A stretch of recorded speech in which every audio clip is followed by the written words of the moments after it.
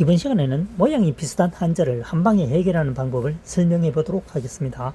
때시, 시간 시자입니다. 분석을 해보면 해일이죠. 절사자입니다. 과거에는 절에서 종을 쳐서 시간을 알려줬습니다. 시계라는 자체가 없었습니다. 그래서 해를 보고 절에서 종을 쳐준다, 시간을 알려준다는 거죠. 때시, 시간시. 그 다음 모실시자입니다. 사람인 절사죠.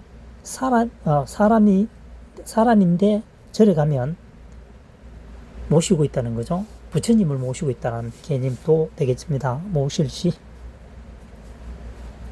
기다릴 대자입니다. 걸을 척이죠. 절사. 절에 걸어가니까 기다린다는 거죠. 부처님이 기다릴 수도 있고, 불자, 신자들이 기다릴 수도 있고, 또 친구들도 기다릴 수도 있고요. 먼저 간 친구들이, 앞서간 친구들이. 그래서 기다릴 대자가 되겠습니다. 자, 이번 시간에는 상형 문자와 2023년형 풀이를 상호 비교해 보도록 하겠습니다. 코끼리상입니다.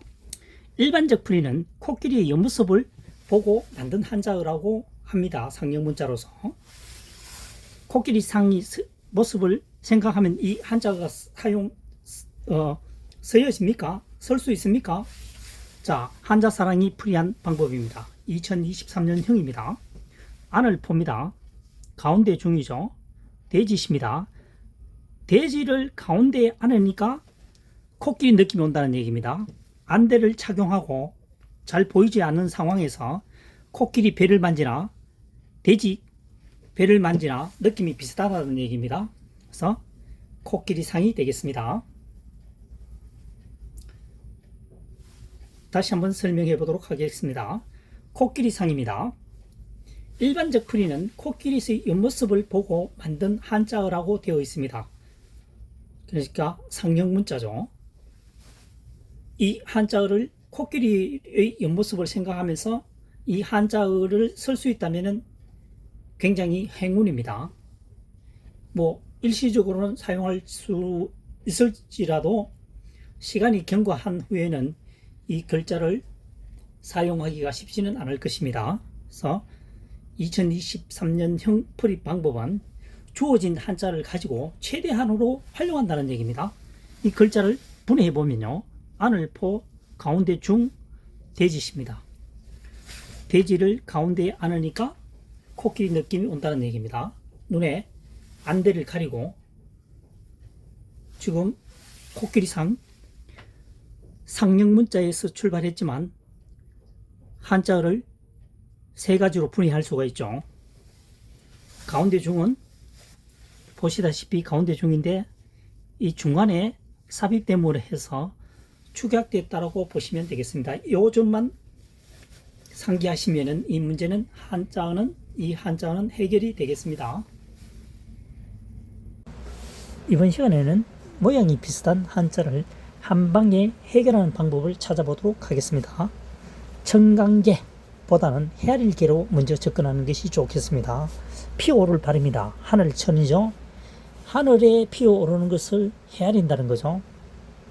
걸음을 걸어서 거리를 잰다는 것, 측정한다는 얘기입니다. 헤아릴계, 청강계. 필발, 출발하다는 뜻이죠. 활공입니다. 몽둥이수. 활에 화살을 의미하겠죠. 활에 화살을 가지고 피어오르게 하니까 쏜다는 얘기입니다. 피어오르다는 뜻은 아시겠죠? 안개가 피어오르다. 오를등입니다. 콩두죠. 콩이 피어오르니까 위쪽으로 올라가죠. 그래서 오를등자가 됩니다. 오를등, 콩두.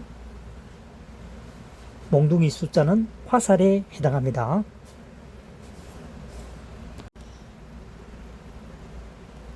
모양이 비슷한 한자를 한 방에 해결하는 방법을 설명해 보도록 하겠습니다.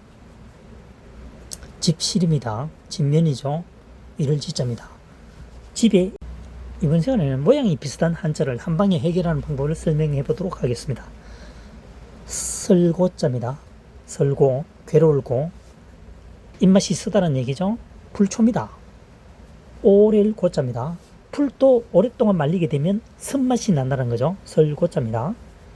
그 다음 대표음이 만약 약이지만 같은 약으로 학습하면 좋습니다. 풀초 오른쪽 우죠. 오른쪽에 있는 풀은 똑같은 풀이다는 얘기죠. 같은 약입니다. 왼쪽 오른쪽 경계를 두고 풀을 구분하지 않으면 섞이면 나중에 혼선이 오게 되겠죠. 그래서 오른쪽에 있는 풀은 똑같은 풀이다. 같은 약이 되겠습니다. 관리에 편리하겠죠. 구찰구자입니다. 걸기구입니다. 풀초 머리죠. 풀 밑에서 글을 읽는다고 하는 것은 어떻게 보면 구차한 생활이죠. 여건이 아주 좋지 않다는 얘기입니다. 구찰구자가 되겠습니다. 여건이 좋지 않다. 구찰구. 모양이 비슷한 한자를 한방에 해결하는 방법을 설명해 보도록 하겠습니다. 집실자입니다. 집면이죠. 이를 집니다. 집에 이르니까 집 내부가 되겠죠. 집실자입니다. 막힐 길입니다. 막힐 길. 구멍혈이죠. 구멍에 이르니까 막히겠죠, 당연히. 쥘악입니다. 지복이죠. 손으로 집을 잡는다는 얘기죠. 잡을 악, 쥘악 되겠습니다. 집에 이르니까, 지붕에 이르니까 집이다는 거죠. 지붕시, 이를지, 지복, 쥘악, 막힐 질, 집실. 한자사랑이 성격이 급해서 말이 빠른 건 아닙니다. 짧은 시간에 많은 것을 설명하려고 하다 보니까 말이 굉장히 빨라지고 있습니다. 이해하시기를 바랍니다. 이번 시간에는 모양이 비슷한 한자를 한방에 해결하는 방법을 설명해 보도록 하겠습니다. 벼슬관입니다. 집면이죠. 지붕처럼 생겼죠. 집면, 지붕을 가지고 있는 집을 말합니다. 모을 테죠. 지붕이 많다는 거죠. 집이 많다는 거죠. 벼슬을 한 집안입니다. 벼슬관입니다. 1번, 2번, 3번 다 집이죠. 원은 울타리입니다. 직궁입니다. 등뼈려죠. 집면, 등뼈려. 등뼈려는 더 촘촘히 있죠. 그래서 궁전할 때 집궁자를 쓰게 되겠습니다. 집이 더 촘촘히 있는 집이다. 집궁 되겠습니다. 그 다음 부자부자입니다. 부자부. 집면이죠. 가득 찰 복입니다. 집안에 가득 찼으니까, 내용물이 가득 찼으니까 부자라는 얘기입니다. 부자입니다. 한자사랑이 말이 빠른 것은 짧은 시간에 많은 내용을 설명하려고 하기 위해서 말이 빨라지는 거니까 이 내용을 듣고 있으신 분들은 양해를 부탁드리겠습니다. 이번 시간에는 모양이 비슷한 한자를 한방에 해결하는 방안을 설명해 보도록 하겠습니다. 늙을 노자입니다. 늙을 노음입니다. 음이라고 하는 것은 윗부분을 듣고 있는 글자를 말하는 거죠. 늙을 노음. 구부를 비. 늙은 사람은 허리가 구부정하죠. 구부를 비자입니다. 그래서 늙을 노입니다. 본자가 되겠죠. 효도 효자입니다. 늙을 노음 아들자. 글자 자체를 봐서는 아들이 부모를 얻고 있는 형태죠. 효도 효자가 되겠습니다. 그 다음 생각할 고입니다. 오자처럼 보입니다. 그래서 늙은이는 5번 생각한다는 거죠. 깊이 생각한다는 얘기입니다. 늙은이들은 나이 많이 드신 분은 쉽게 행동하지 않습니다. 안전이 최고니까요. 한자를 제대로 풀어보면 어떻게 됩니까? 늙을로 알릴복 걸다 그립니다. 나이 많이 드신 분은 걸어놓고 알린다는 거죠. 작업이 완전히 완벽하게 된 상태에서 뭡니까? 알린다는 거죠. 젊은이들은 전화하면은 다 돼간다 하면서 가면은 2시간, 3시간 이렇게 표현상 그렇다는 얘기입니다. 노인네들은 작업이 다 끝나고 난 뒤에 일 끝났다라고 하고 젊은이들은 대충 시간을 예측해서 끝났다라고 통보를 하죠. 맞으면 다행인데 맞지 않으면 이제 논란의 거리가 되는 거죠. 표현상 그렇다는 얘기입니다. 곡해가 없으시길 바랍니다.